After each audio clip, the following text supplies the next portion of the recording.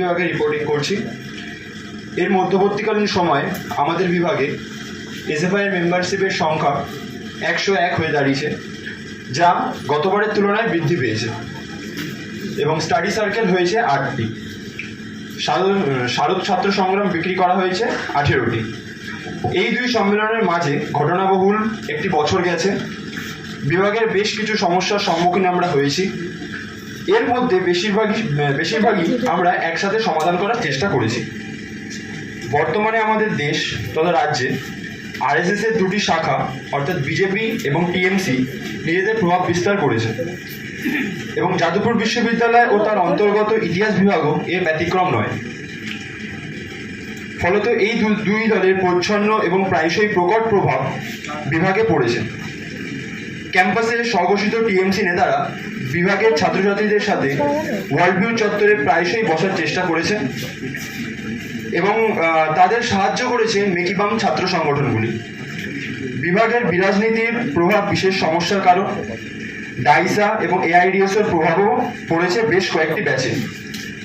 বিশেষত মফস্বল থেকে আসা কিংবা অর্থনৈতিকভাবে দুর্বল ছাত্রছাত্রীদের সুযোগ নেওয়ার চেষ্টা করেছে এরা।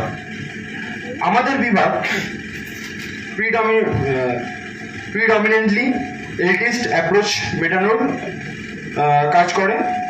সেই জায়গায় দাঁড়িয়ে আমরা চেষ্টা করি যাতে মফস্বল কিংবা প্রান্তিক অঞ্চল থেকে উঠে আসা কিংবা বাংলা মাধ্যম থেকে আসা ছাত্রছাত্রীদের সঠিক মর্যাদা যেন তারা পায়, এবং তারা যেন ঠিকভাবে ডিপার্টমেন্টে মানে নিজেদের সেফ মনে করে।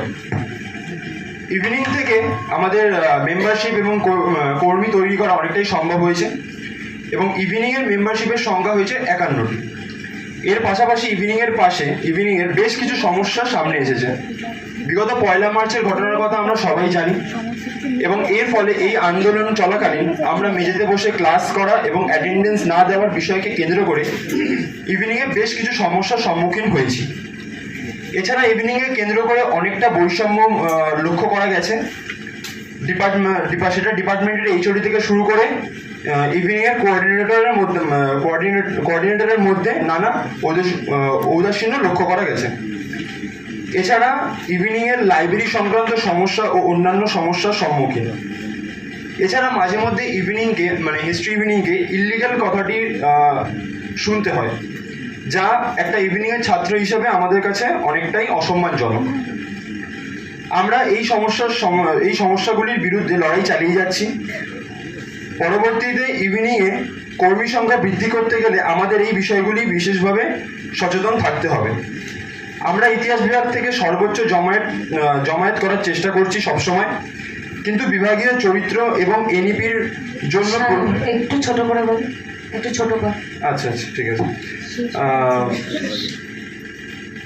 আমরা এই চারিত্রিক বাধার বিরুদ্ধে আমরা লড়াই চালিয়ে যাচ্ছি। আশা করি আমরা আগেও এই বাধা পেরোতে সক্ষম হব। ইনকলাব জিন্দাবাদ, ভারতীয় ছাত্র ফেডারেশন জিন্দাবাদ।